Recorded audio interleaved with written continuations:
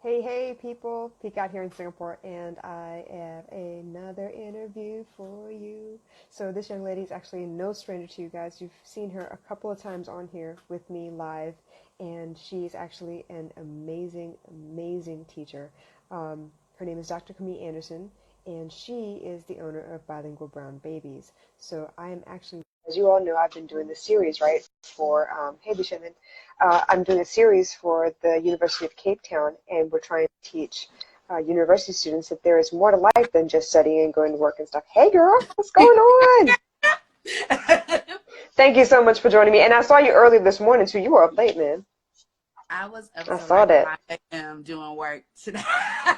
See, this is what happens when you work with August. Y'all on fire all the time, and we can't slow down for nothing. Yes, I do not quite have the stamina that August Crenshaw has. We're working to that. Everybody told me She that set this the bar. morning.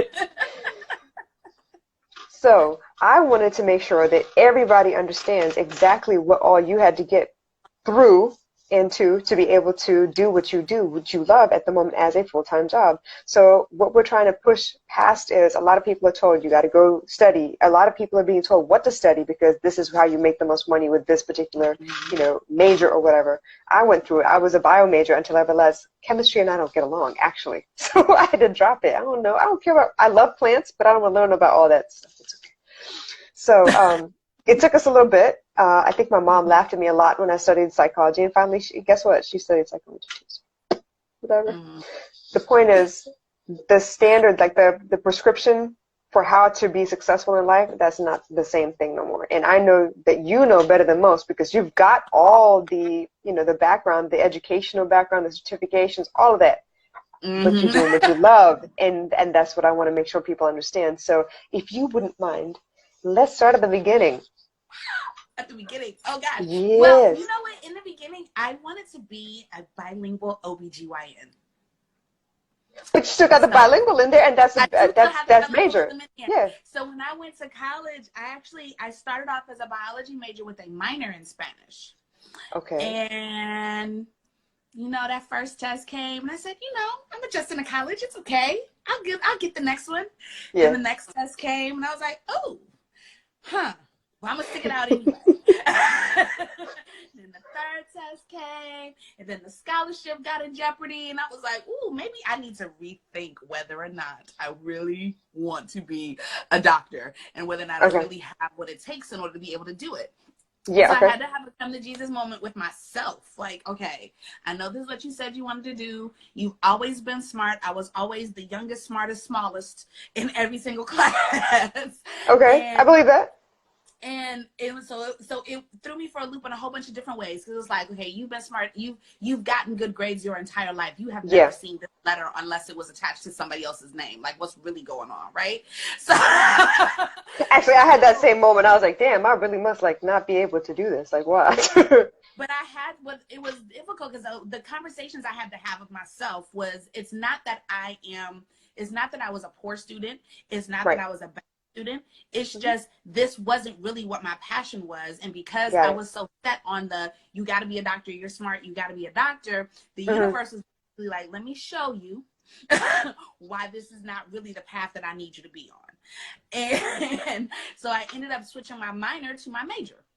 Ended Okay. up becoming a Spanish major, Okay. and I left because it was a blessing for me, because when I went for my master's program in the application only wanted the last 36 hours of my undergraduate program, which I know that has a lot to do with, because I think most people know that in the beginning it's just y'all kind of Basics. diving, but in the last 36 hours that is strictly your major, and your Right. major It's like that hard. all of that Yeah. stuff. The focus So stuff. my last 36 hours was a 4.0.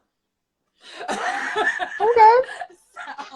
so it worked out for me, and I ended up going into international communication when I went to my Good. master's program. But when I was a Spanish major at Spelman, everybody said, "What are you going to do with this? What are you going to do with this?" And I said, "I can tell you what I'm not going to do. That's teach." And I was dead set against being a Spanish teacher. I was like, I'm not trying to be in anybody's classroom. I'm not doing this. y'all teachers can have it. I'm going to find something else. And then I was dead set against being a teacher. And when I finished my master's program, I still was not looking for teaching positions. I ended up working for a youth and development agency. I did media relations for all of the Latin America programming for this particular organization. Wow. So I was doing a lot of traveling back and forth between our programming in Latin America. So I did a lot of work in Colombia and in Guatemala. And then we did a lot of stuff with migration issues in the Dominican Republic and Haiti. And then I had to do an extended stay in El Salvador in 2001, after they had this really terrible earthquake where there's a landslide. I think I remember about that. And that pretty much wiped out the entire neighborhood. And it was the middle-class neighborhood where a lot of our employees were working, a lot of our staff were working and were living in that neighborhood. So I was sent on the ground to kind of help with making sure that our country director didn't let his passion interfere with his duty when it comes to how he was talking to the media, because he was so passionate about the fact that he potentially lost staff that he was saying some things that you just don't say to the press. So I had to go down there, write out a press plan in Spanish, train their staff in Spanish in order for them to be able to successfully implement this media strategy around the earthquake. Wow. So I was doing that, and I was fine. I mean, I liked the job. I liked the travel. I liked being able to meet other cultures. I was turned on to the fact that there were actually Black people in Colombia through this job, because I didn't know that prior to, because that's not something that they talked about in any of my Spanish classes.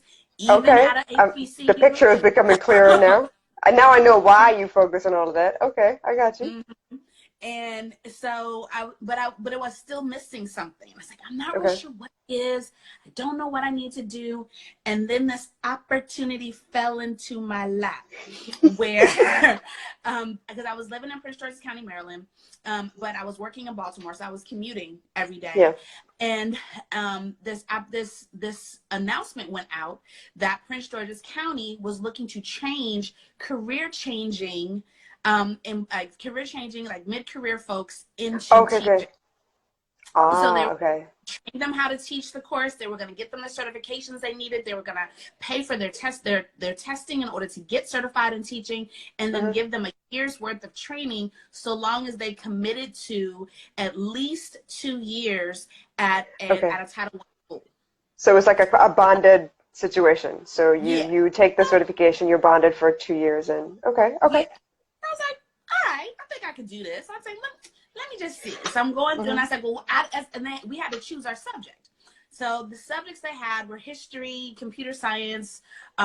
They had Spanish specifically, and I think they had world history. And I was like, maybe I could do world history, but I don't know if I want to do world history like that. Computer science, nope, that's not me. Regular history, I did okay in AP history when I was in high school, but I don't necessarily have the credentials. My credentials only fit Spanish. Right. Because I had the major, I had the master's hours in with my foreign language classes that I took from my master's program, so that was the only choice I had. So and you had the immersion too. I signed up and I got into the program. So I got in there. They trained me. I passed the test, got all the certifications, and I go to my school, the Title I school. We know what Title I means, y'all, right? Really, all of our babies in an under-resourced school.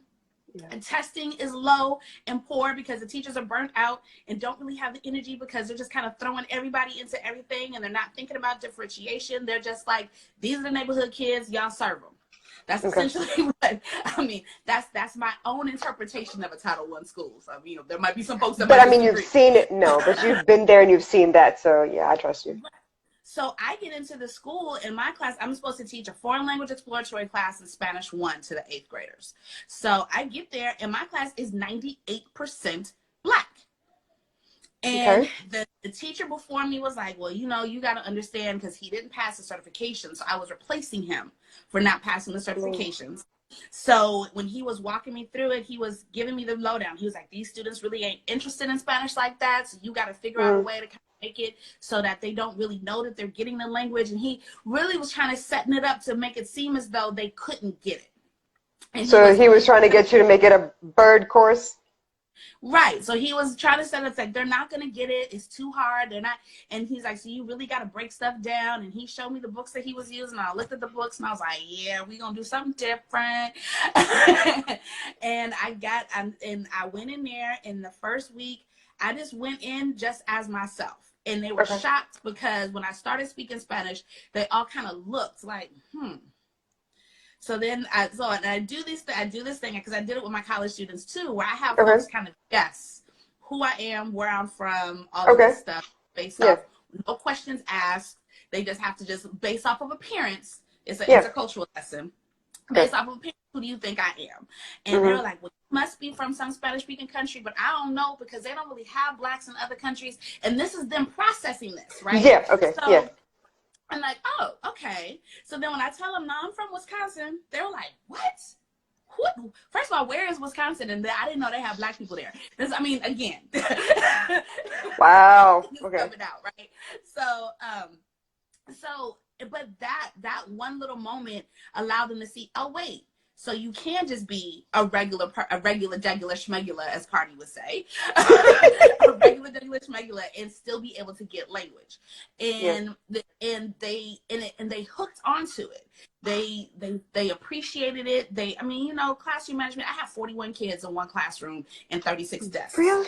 So it's a Title I school. It's a Title I school. And so, but I made it work, and I made sure that they were getting stuff. I incorporated culture lessons like, yo, this is hip hop in Cuba. So everybody bring in your favorite hip hop song. Let's go.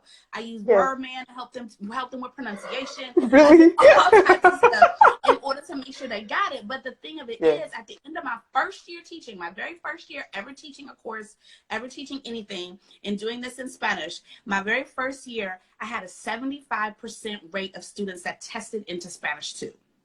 Because you brought it down to their level. Because I brought it down to their level, and that had never happened at the school before. They would get maybe 1 or 2 that would pass and go on to Spanish 2. 75% of the 8th graders I taught went on to Spanish 2. Okay. So I was like, okay, so that means we got something here, right? So for someone who did not want to teach, you got the juice when it comes to teaching. Right.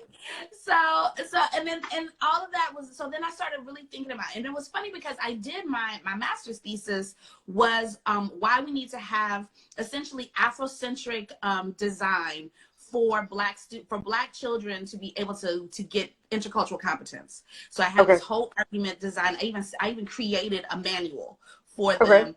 Kind of made it like to the point. This is how you do it. This is how you talk to the person. Because my background is intercultural communication.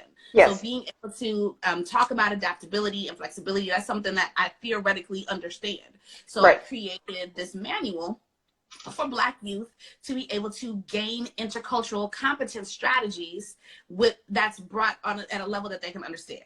So I was bringing some of that stuff into my classroom too.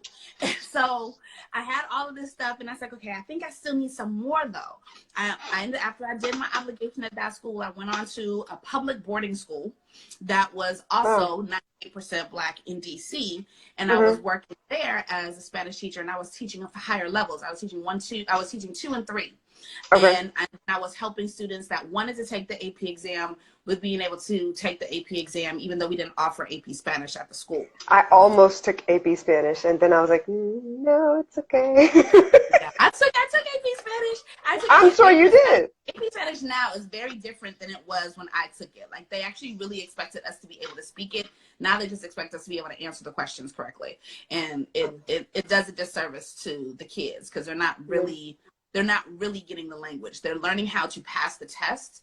And you know how when we study for tests, we keep it long enough to be able to get all the answers out. But once we put the answers down, it leaves our brain. It's almost like you lose it all in one ear and out the other.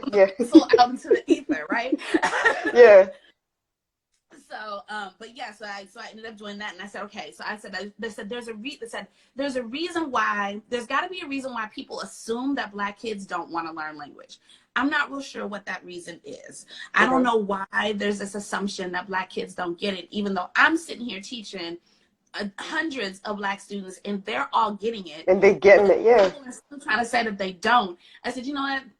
I need to be able to put some money behind this. I need to be able to do something that is going to be able to show the world that we got this. So lay up, right? Yeah. So, but I was also clear that me being able to get the funding to be able to do that would come to Dr. Carey at the time, because that was my maiden name, would come to Dr. Carey before it would come to Miss Carey. So I said, okay, Okay. well, let me go ahead and do my PhD. So I did my PhD, and I started off coming in there thinking about, okay, how do you incorporate hip hop pedagogy into foreign language learning in order to make sure that it's something. That was what I started off with. It didn't end Right. up that way. But you were looking to make it relatable, so I get it. Right. But I ended up, my dissertation ended up being on how experiences overseas actually impact Black identity. So how if we spend extended amounts of time, now I'm not talking like, we go in Cabo for vacation. I'm not talking about Yeah. that. I'm talking about if you spend like a month or more overseas and you find yourself immersed in a different culture, how those experiences actually impact how we see ourselves as Black people. So I was looking at it like, so after I did that dissertation, I was like, so there's some salience to this. Like there's a way in which we can actually solidify our Blackness if we get the right connections and experiences overseas. But those right experiences and connections, from what I know about interculturalism, can't happen without language. So Absolutely. it's Absolutely. it And started even shifting. just moving from country to country, I know that if I had visited there versus living there, I wouldn't have gotten it. Right, right. So it shifted. So my whole approach shifted, and then and in the midst of all of this, as you age, that biological clock starts to tick, and you start thinking, if I become a mother, what am I going to do, right? So Mm-hmm. in the midst of all of this, he said, you know what? If I don't do nothing else, my kid's about to be bilingual.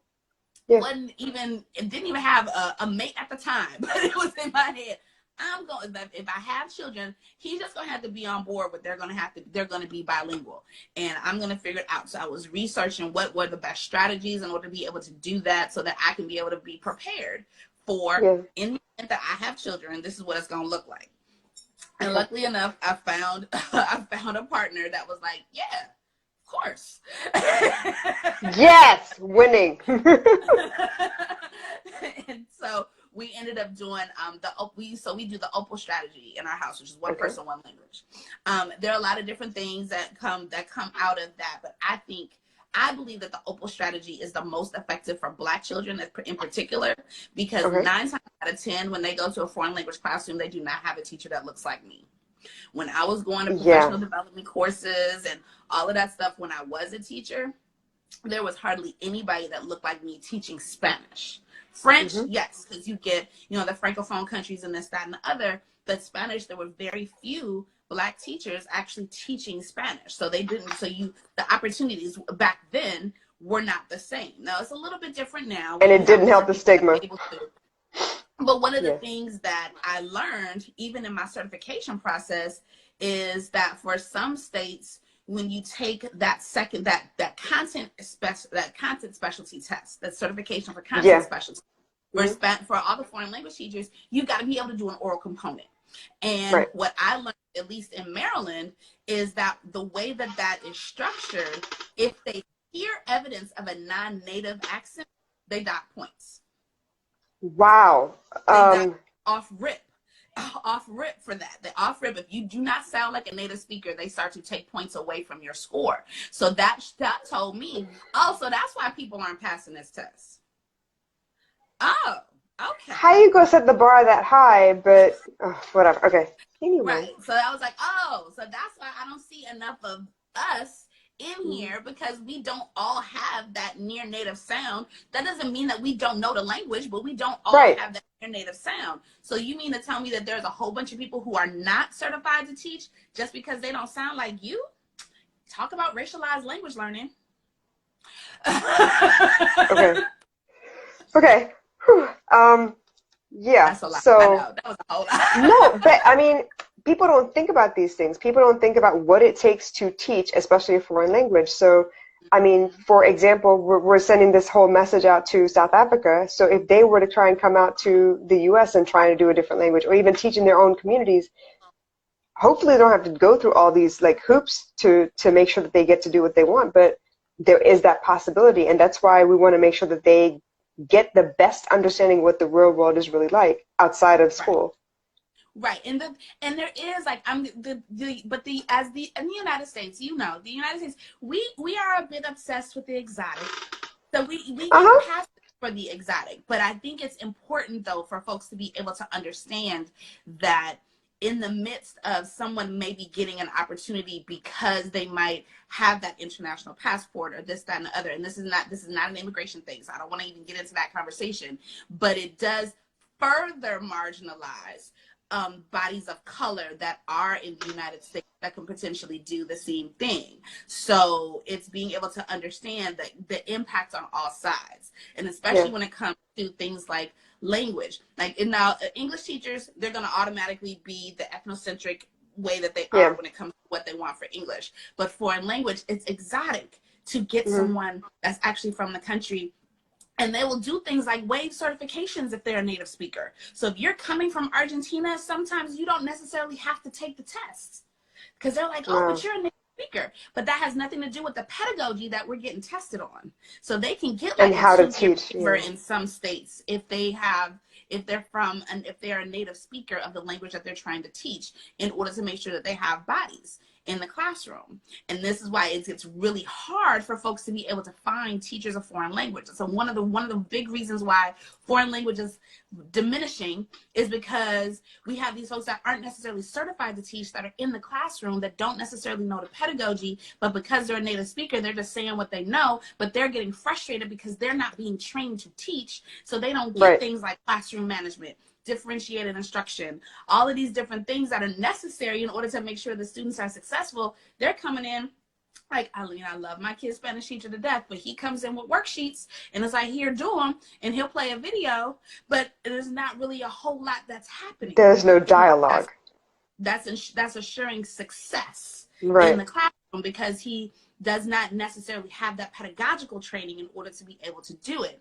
And Mm-hmm. I've been on this kick recently because I've been noticing we put a lot of ego into language because we're all Yeah. smart and we're all highly intelligent, and we're like, I can do this because this can't be that hard.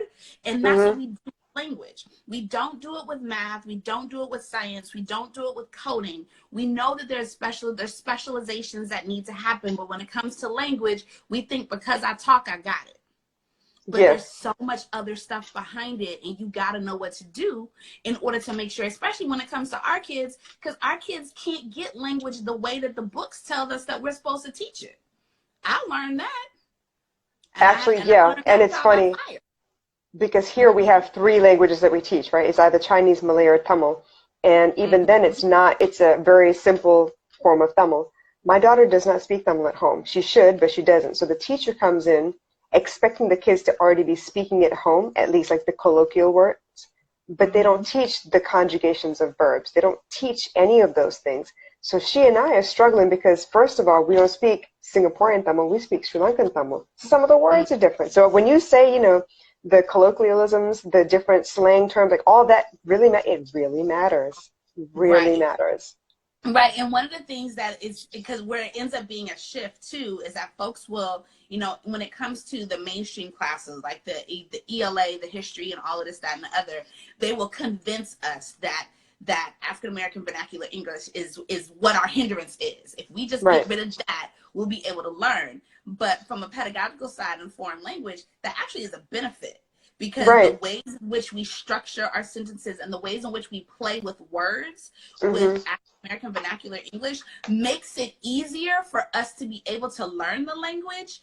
But because everybody is around us talking about, we're not supposed to be doing this, we're not supposed to be doing this, we're not supposed to be doing this, we end up in this headspace of sorts where we're a little confused, because it's like, if I did this, I've seen this before in English, but you're telling me that I'm not supposed to talk like that, but they're making me do it here. So one of these is wrong. And since you said that AAVE is wrong, then that must mean that I can't get language.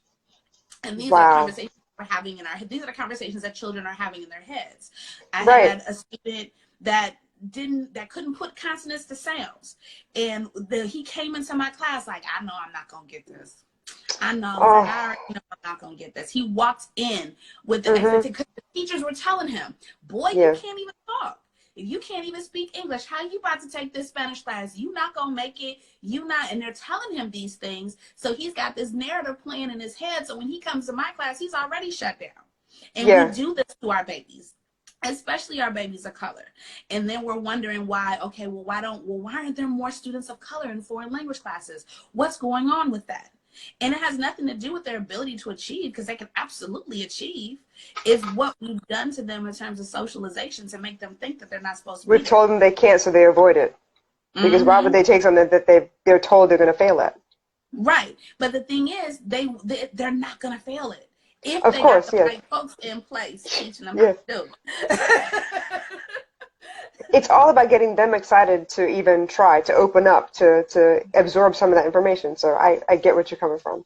Right. But this is interesting because you started off trying not to be a doctor, and here you are a doctor and a teacher, and you're doing, no, but I think it's great. I think it's amazing because it worked itself out, kind of. It came full circle. Right, it did. It came full circle. But I do think that, and of course, knowing how the universe works, that I am at an advantage with my intercultural background, because there are things that I know about that makes me look at because the foreign language is saying we have the 5 C's, and one of our C's is culture. So we don't necessarily need to teach it because it's assumed in the language. But you have to be able to understand how to talk with, engage with, and adapt to different cultures in order to make sure that folks feel as though their voice is present in the conversation. And Right. if you don't have the proper training to be able to understand what that looks like, then you're gonna miss so many people. And unfortunately, interculturalism in the United States is very white centered. It is. It's focused on, this is what I need to do for poor you in order to make sure that we can talk. That essentially is how the trainings work. And I mean, that's a Kamiism. So just in case No, but I mean, this is my interpretation. Being an intercultural trainer for 20 plus years, and the yeah. methodologies that we have when it comes to doing that, I don't train like everybody else because I'm not trying to white center. I'm not trying to make it seem like, oh, poor you, I need to adapt like this for you, when really we should both be adapting. And Right. that happens a lot in interculturalism and intercultural competence. Like we're doing that. That's what we're teaching. We're teaching, how do I make it so they can feel comfortable talking to me, as opposed to being comfortable talking to each other. It's a mutual exchange, right? But yeah, so because that assumption is, well, we've got culture, so we don't need it. Those little teeny things, like being able to adapt to the group of students that you're actually teaching so that they can get it, being able to adapt your language, being able to adapt your body movements, being able to adapt all of these different things just to make sure they get it, we don't do in foreign language because we assume we don't need to. And that's where that disconnect comes in when it comes to how people, because if the kids don't see themselves, they're gonna get bored. I don't see how this is gonna relate to me, so They're going to do the bare minimum just to get through it. Not necessarily right. pass, but just to get through it. Also have the folks at home that are saying, hey, you really need to get this language. Look, watch me do it. If they don't have that at home, then that further says, hey, I'm good. It falls off the priority list. Absolutely. But that's for any ethnic group or race. Like that's for anybody, because it happens all across in the United States, because we're big on the, well, we should have language, but we don't really need it because everybody's gonna learn English anyway. Again, white centering. People are speaking English everywhere. Yeah, because we won't learn another language. They're learning English because we refuse to learn another language. How about that? It's not because they want to be like us. It's because we coming in there like, until we hear English. And I can't say nothing because I'm doing the same thing with my kid, and I should be speaking Tamil at home, and I'm not. So, yes, everything is a English medium, unfortunately. So back to your story, though. So you basically followed your gut throughout this whole process. You did what you loved, and you really paid attention to what worked well for you and what you felt like you were straining too hard to kind of accomplish. So you kind of let it go and let your gut guide you from there on. Yeah. As far as work goes, I mean, I know the certifications came with the territory. As you felt the need to expand more, you went ahead and got those certifications. But when it Right. comes to building your own business, how did you decide to transition? Like, what was that gut impulse? Like, I mean, you were making it, you were successful where other people weren't before, especially in the classroom. So how did you decide, well, okay, I need to do for me now rather than what the rules are telling me to do?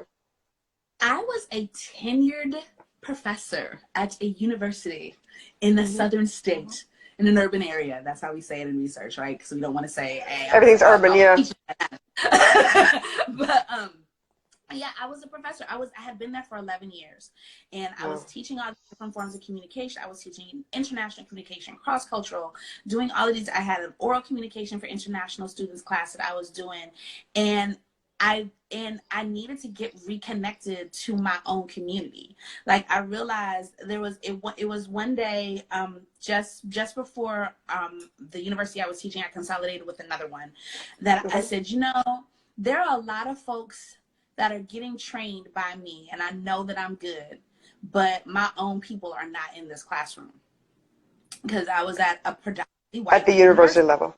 Okay. Right. So I would get 2, 3 a semester out of all of my classes. I'm teaching 5 classes a semester, and I would get maybe 2 or 3. And as I started getting into those upper level courses in major, it was even smaller, because there were particular tracks that folks were taking, and they were pushing the students of color to the more scientific track as opposed to the humanities track. So Okay. it got, numbers were getting smaller and smaller. And I said, this isn't going to work, because there are so many more of us out here that need to get stuff. And I was seeing that all of the students of color in my department were seeking me out for mentorship, for advice, for trying to get all Okay. those things. It's the other mothering that happens with faculty of, with women of color Yeah. who are faculty of universities. It's just a part of what we do. Right. There's a whole field of study around other mothering at the university level. But because of that, I realized that there was a need, and I needed to reach out to more people. It couldn't just be 2 people here, 3 people there. That one student that kept coming to my office every day of the semester, even though I was no longer teaching him. The one student that, when I became an honors director, made it a point to come into my office on a regular basis, because he knew that if he was in the office with me, he would get his work done. So he would just sit in the Wow. lounge and do his work, because he knew that I would come out and be like, "Hey, what you doing?" And he would have to be held accountable. So, and realizing that there were so many more folks that needed to get that type. And yes, there are those of us that are there, but I knew that, especially when it came to foreign language, when it comes to global education, when it comes to study abroad and all of that stuff, there weren't enough people like me in place to be able to give them what they needed. And Okay. I knew that in order for them to have an appreciation at the college level, it had to start somewhere else. Right. And looking at the research and seeing what everybody was saying when it comes to college age students, higher education, all of this, that, and the other, all the articles and the research that does, because very few people research Black folks in foreign language. Very few. I mean, I can actually name first and last, we're Facebook friends type numbers is what we got when it comes to that. But they're looking at higher education, and making all these inferences, like, well, you know, they're successful because their family did this, they're Right. successful because they were exposed to this. And I was like, and then my kids being in dual language schools and watching how that was coming into play, and looking at that, even though they were in dual language schools, they were dual language schools in Black neighborhoods. So watching the Okay. success rate of these small pockets of kids, because my children, Hmm. when they were in dual schools, their classrooms weren't larger than 16. So these small pockets of children, who are Black children, who are getting this language and getting it good, but when they got home, or hearing the parents when we're out at open houses, well, you know, I don't speak that, so I just let them do that here. But Oh, understanding that, but at the same time, because I'm also a communicologist, looking at the reaction of the children when they overhear their parents say that, made me say, yeah. okay, I need to hit families. I need to make sure that these parents are clear that you just can't send your baby to a tutor and expect them to get it, because they Yeah. still don't see that you value it. They just hear you Yes. talking, but they don't see no action. Right. So I was like, let's go to these parents and talk to these parents. So a lot of what I do in my business is transforming the family choice structure. So looking Okay. at it from a family level, like not just, oh, my baby needs to get these colors and these numbers, but no, this is how you can reinforce. You can put them wherever. You can get them a Right. tutor, but this is how you're going to reinforce it in the home with your own voice and your own body to make sure that they see, Right. oh, I might need to They keep repeat what they this. see. They Yep. repeat what they see. And we do it all the time. When we teach them how to tie their shoes, we have them watch us tie Mm-hmm. their shoes. If we were that type of mama, every time we went to the bathroom, we brought them in with us so that they can see what was supposed to happen in terms of making sure that Yes. they did that part right. So if we're going to get Mm-hmm. down and dirty about those mundane tasks, we need to get down and dirty about the language too. So Right. I'm teaching you how to get in there and make sure that if you're going to put them in these language programs, if you're going to tell them that they need to take AP Spanish, then they need to see you using it too, so that they don't leave AP Spanish with the words going on the paper and then disappearing out into the universe because they don't really see the true value in it. They're just passing a course because you said to. And we Right. know in the Black community, we got a lot of filial piety, right? Where mama said, so I'm going to do it. Daddy said, so I'm going to do it. And we do it because we are obedient to our parents and to our elders, but not always, but keeping in our back Not pocket. Yeah, understanding where it's told me coming. to Yeah. do this, but I don't see them doing it, but they told me to do it. So I'm going to do it because That's an I don't Asian want to thing be too, for real. mm-hmm. So yeah, so that's what kind of brought it all together. Like me realizing that it's not about the babies, because the babies are going to get stuff. But if you support your babies being bilingual, then let's get these parents together. Let's make sure, and really looking at what I did with my own kids and what we do in the house on a regular basis, and how they're able to use that, and how they're able to do certain things with language because of it. And saying, I can show you how to do this because I got the skill set, not just as a parent who's doing it, but also Right. as a linguist who studied it. So we're going to put these two things together so that you can see what it looks like. And then also being somebody who is an Afrocentric scholar, knowing Right. that, and this is what it looks like if you put a black lens on it. Bam, here we go. Package, price, boom. So on a package price profit. I see that terminology coming up. Okay. So basically you went with your gut for the most of your journey, and you also started to notice where there were gaps in the system. So Right. would it be too much to say that you were focused on making sure that those gaps were well covered because you knew where the gaps were? You knew what community was really being affected.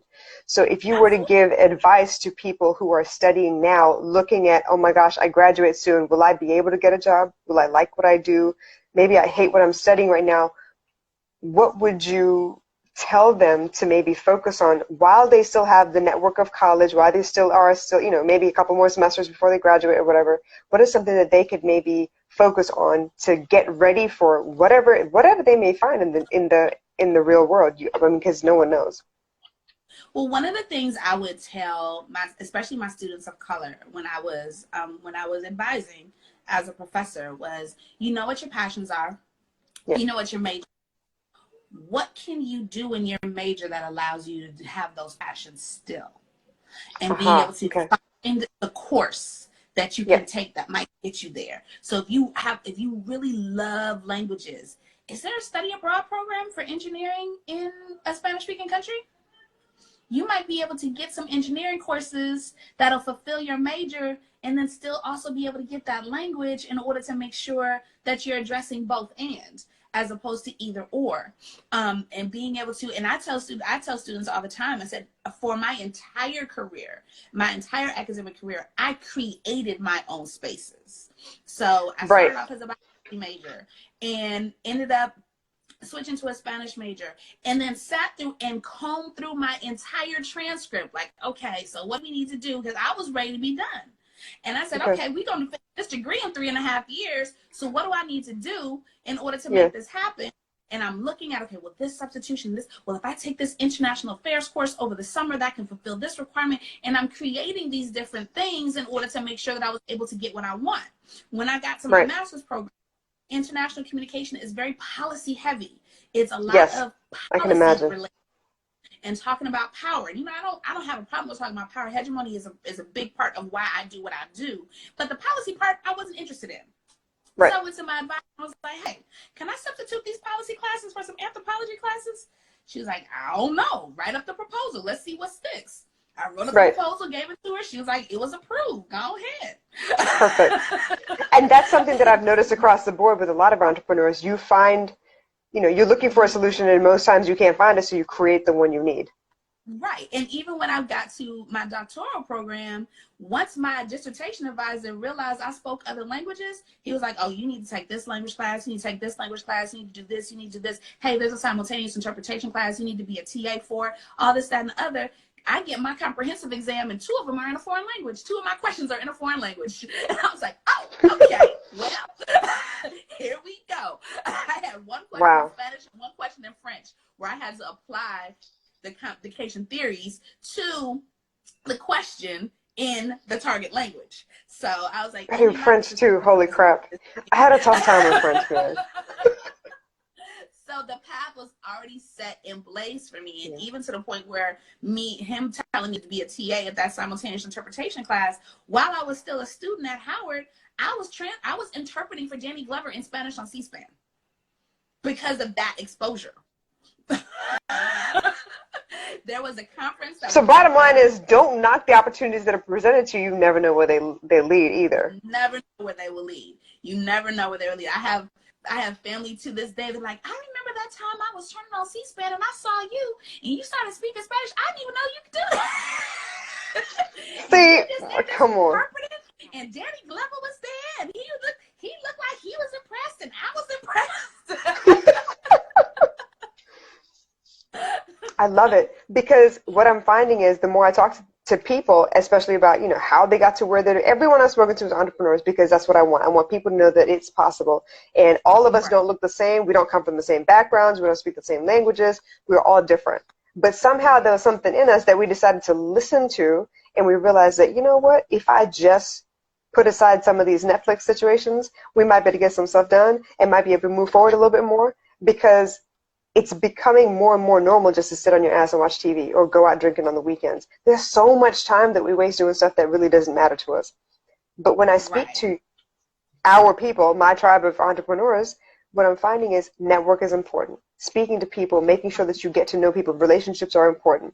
Then it's saying yes to Also opportunities being when they're clear what you presented. want and being clear about what you And that's want the hard too. part. A lot of people don't know what they want. So you can When I see was the advising opportunity. people, they would be like, I don't know what I want to do. Well, I said, okay, well, you have a couple of summers every year until you graduate. Why don't every summer you try something different? Try as many things as possible so that you know what you like and what you don't like. At least start there, because you still need to Right. get money, to pay for whatever it is you got going on. So the fact that you learn to listen to your gut early on Yeah. is key. I think is really key. The fact that you decided, you know what, yes, biology, I want to be a doctor, but you know what, I don't like the classes and they're not, it's too much. It's a reach right now, and I'm not interested, so it's not coming naturally to me. I don't naturally go research all these things to make sure I get it either. I think I took Right. And in anatomy the like end, I'm still a doctor. 3 times. I was going to say that. You're a doctor, but So you said you wanted to be a doctor. I don't know if you really specify what kind of doctor. You're a doctor, though. I Dr. did. Camille See, Anderson. So I got to be that clear about be very clear about your be details. careful what you wish for. Really means be very. I'm grateful that I wasn't clear that one time. But that's Be cool, though, careful because, yes, see, you might get it. right. But then you have to be very clear about what you ask for, because you'll get it and you realize that wasn't what you asked for. That's not what you meant. Right. And I didn't know at the So, time that that's not what I meant, but now I do. I've always said I wanted to be a doctor, and I am. I'm just in my immature thinking. I thought there was only one way to do it. and usually, but I'm not going to lie. Usually, when you say doctor, the first thing that comes to mind is, well, okay, well, are you a gynecologist? Are you a general practitioner? What are you? They don't think about doctor of philosophy or doctor of language. They don't think about any of those things. So yeah, you've talked about community. You've talked about listening to your gut. You've talked about finding areas where you literally see a gaping hole, and you're like, okay, well, what is the solution for this? And you don't see it, so you decided to create it for yourself. I think that's also big, because the things you notice for a reason as well. I don't know that if you had grown up in a different situation, if you weren't so so aware of the things that were going on in the U.S. If you maybe if you hadn't gone to Spelman, you went to a different college. I don't know if you would have noticed the things that you notice now, but I'm glad you Right. noticed them And I because think that means a about that lot all of the people are time. falling out the system. And I think about that all the time because my mother has worked at Marquette University my entire life because Okay. she had me when she was a student there and she's been working there her entire life. So I could have gone to Marquette for free. Okay. And I was like, nope, I'm going to Spelman.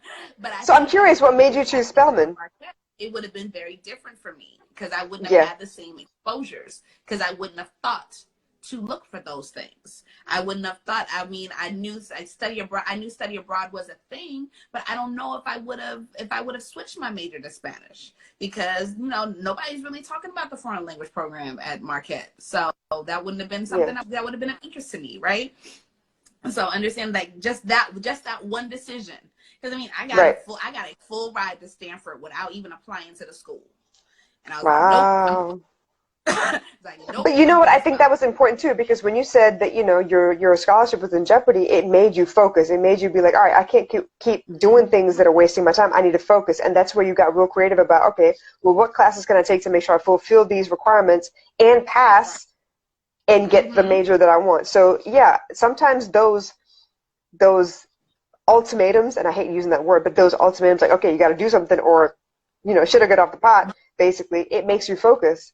A lot of Mm-hmm. times, I don't know that I would have chosen the things that I chose if there wasn't like a horrendous like ultimatum at the end of it. Like, what would happen if I didn't do this? Like I had to really shift gears. So I think those are really, really important things as And part of it's your those journey. moments that allow us to take those risks, right? It's those moments that allow us to be able to say, you know Yes. what, this is a faith jump. This is a faith jump. I gotta do it. Let's just see what happens. Ooh.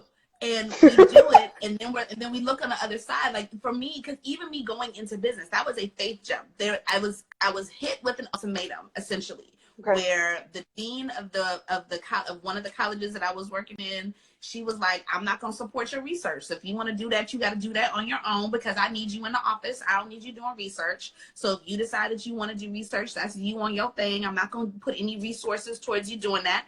Which kind of goes Hmm. against the whole purpose of me being a tenured faculty in the university. Then Right. I had a department chair because I was sitting in two different departments. So then I had my department chair in my field who also was doing things like, I'm not going to necessarily do your annual reviews because if I don't do your annual review, then my friend, hey, what's up, Mo? But, is if I don't do your annual review, when you go up for post-tenure review, that's an automatic reject. So you're not going to get your post-tenure approval, which puts you in violation of your contract. So there are all these different things that were happening. These are the microaggressions of faculty of color. Let me just say that. Microaggressions of faculty of color. So I'm looking at all of these things and I'm seeing what's in the pipeline and I'm like, I'm not trying to put myself in the middle of all of this. Why don't I just try it and see what happens? And all of these things started coming into play. My business coach starts coming in. August comes in and she gives me all of these various and sundry offers that are beyond belief. Like she doesn't even do the types of things that she did for me when it comes to me being able to build this. She doesn't even do that stuff anymore. Ain't nobody Yeah, but gonna even get that. then, you I got proved it to her from that you her. wanted it bad. So that was a different Right. thing too. And being able to do all of that and get prepared and get ready. So I was like, because something is about to hit the fan, and it is not gonna be me. I'm gonna say that. And No, I you took didn't. that jump, and as soon as I submitted that letter to the Yeah. dean and to my department chair, I was like, yo, I'm not renewing my contract. The very next day, I got a $10,000 contract from Look at somebody you. else to do my passions. And I was like, oh, so that's what it I looks like to see take a it. I risk. see it happen a lot, and you mentioned it too. Yes, it happens to women of color. I feel like a lot of times they find that you're really effective in one position, and though you want to spread your wings and keep going and do more, they can't afford for you not to keep fulfilling that one position. Yeah, So they for them want to you to be want the you in the worker office bee. so They bad, prefer the worker bee in a because lot no of one those else is situations. going to do it. Yeah. Because no one else is going to do it. No one else is going to take that labor on. And part of the expectation is that you're going to take on this labor because they also don't want to do it. They don't want to be Of bothered course with all not. these students of color coming to them about their personal problems. And those students are not going to go to them about their personal problems. They're just going to make these No. assumptions. I actually had a Yeah. student probably my 4th year in teaching at the university, who came into my office and closed the door and was like, I just need to tell you so that you know, I work overnight and I get sleepy, and I try not to be sleepy, but I wanted to make sure that I told you because I was just in my class and I was falling asleep in class, and the professor just said to me, well, maybe if you stop smoking weed, you'd be able to pay attention to my class. He's like, and I don't even do that. Wow. Wow. I was Wow. like, And that hits me hard because I of worked course, 50 hours a week in I was college. mothering. I put my mama hat on, like, who was it? Who said it? No, I'm just Uh-huh. messing up. Let me get out of I was like, it. I need to know. I just be sending some emails to somebody. You not gonna No, sit but here and profile my babies like that. but it's true. People don't want to get to know you. They want to talk at their, their level. They don't even come down to your level to teach. It's like professor level means I need to like interpret what it is that you're saying, because if you ask a question, God forbid, they have to answer it and then they Right. don't want to answer it. So I feel for you. And I'm so glad you were there as an advisor, because I went through that. I worked about 50 hours a week while I was in school. So yeah, Mm-hmm. I remember those Right, days. and his whole thing was, in hindsight, looking at it, it was like he came to me, closed the door, he shared this thing because that hurt his feelings, Yes, and he didn't have as much respect for that professor as he did for me, and he wanted of to make course. sure before it became an issue that I didn't think like that professor, because his assumption was this is how professors see me, and I need to make sure that she still works with me in a particular way. And that's sad. That's sad. I mean, I But that appreciate also means that that he he was saw able to that come he up and, yeah, he went right, ahead and let you know anyway. But I'm sad, right. yeah, I'm sad that But he the even has fact to that do he that. assumed that because this professor assumed that he was smoking weed, that I was gonna assume the same thing too. Like, I'm not gonna ask that question. I know what a weed head looks like, and it wasn't him. It was the other two that didn't look like him that was in the class smoking weed. I knew that. It wasn't look like this that was coming into my class high. Not him. I know the difference. but but because of the way that people were perceiving him and the Yeah, stereotypes that were already on his black male body at the university level, in a southern university, had a lot to do with why he felt so urgent about coming to me and making sure that that worked. And that's part of why I'm doing what I'm doing. I need yeah, folks to be able to stop seeing us like that. Stop looking at us through the lens of stereotype and be able to see that we can actually do this and we can rock the hell out of it when we do. And language is one of those things. Stop right, pigeonholing us, talking about the reason why we can't succeed in school is because we can't read and we can't do math, because that's not the case, because that's not what's going to fill the gap. If you gave us a no, foreign language classes, that will fill the gap, but you don't think right. we can do that because you've already stereotyped us because of what you hear when we open up our mouths. And what you hear when we open up our mouths is nothing but the African aesthetic, baby. That ain't nothing wrong. That's all it is. It's just it's the mouths. But because type of that's something that's not right or Because they incorrect. can't do what we do. That's what it is. They want They they can't don't do what we do. They want to they so bad. Oh my gosh. you can see, and it's sad. You can see it in everything they do. All of their, their pop culture references, all of that. I gotta tell you, here in Asia, they are stuck in the '90s hip hop. I'm serious. We have nothing but '90s hip hop still. And Every don't nobody club we know go that to is stuff. still '90s hip hop. I mean, I'm grateful because I know all the words, but I mean, I'm just saying. Mm-hmm. Right. So you're getting it. In Singapore, rocking out. Like, yes. I stopped doing all that, but I could. Yes. So I I know. appreciate everything that you're telling us, because you're seeing it from both ends of the spectrum. You're seeing it as a student, you're seeing it as a parent, you're seeing it as a teacher. And the fact that you see the gaps the way that you do, and you're making sure that these kids have every opportunity, whether they're your kids or not, they're kids, they're innocent, they didn't ask to inherit the world that they have, but the fact that you're trying to make a difference, all of us are in our own little way, I think that's really important. And so for the Right. classes out there in South Africa, I'm hoping you understand what you're hearing here. Pay attention to what it is your gut is telling you. Pay attention to the things that you turn your head for, like, oh God, what was that? Those double take moments, they happen for a reason to you. You notice Mm-hmm. those things for a reason. And whenever you get Right. the opportunity, say yes and try. You never know what will come of it. And I'm living proof, Kami's living proof. You never know what will happen if you just say yes. Right. And one of the things that I would say, especially to the students in South Africa that are watching this and are still in classes and this, that, and the other, if you're not real sure what to do, reach out to me. There's Please. one thing I would do is mentor another Black body. I'm going to tell you that. I will do it. So if you got a Please. question, you're not real sure, hey, this happened to me, and I don't really know who to ask. Ask me. If I don't know, we'll work it out together. Exactly. So you can find her on Instagram. On your side. And that it will you can find her on Instagram at Bilingual Brown Babies. Yes, absolutely. Well, I love you to pieces. Thank you so much. I mean, every time we get on here, we just go on, and I love it. It's fun. I like that it's never the same conversation, if you notice. Like we talked about a lot more technical stuff this time.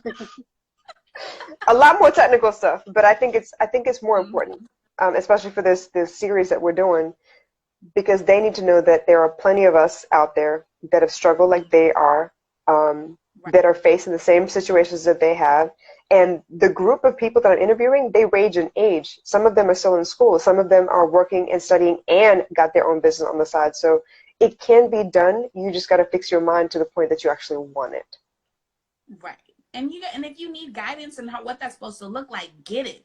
Don't assume that you got to do all of it on your own, because you don't. We are communal people. So find your community and make it up and create it. Create your community so you can get what you need. Don't be afraid to ask, you guys. Don't think you're not by yourself. Some of us have been there. Some of us are still going through it. Just ask. And again, we can work through it together. If neither one of us know, it's all right. Y'all would just try a bunch of things. It will be like, testing. We will test and see what works. Yes. Everybody had an assistant. Lewis Latimer was in Alexander Graham Bell and Thomas Edison's office trying to help him out with the phone and the light bulb. Everybody got an assistant. Exactly. Well, thank you so much for spending some time with me. I really appreciate it. I know you got summer and the kids and everything, so please enjoy the rest of your week. And you guys keep staying tuned. We got more interviews coming, and we're going to make sure you have every possible example for you to look at and refer to, because there's no such thing as I can't. You just got to figure out what works for you. Okay? Thank you. Bye. Bye.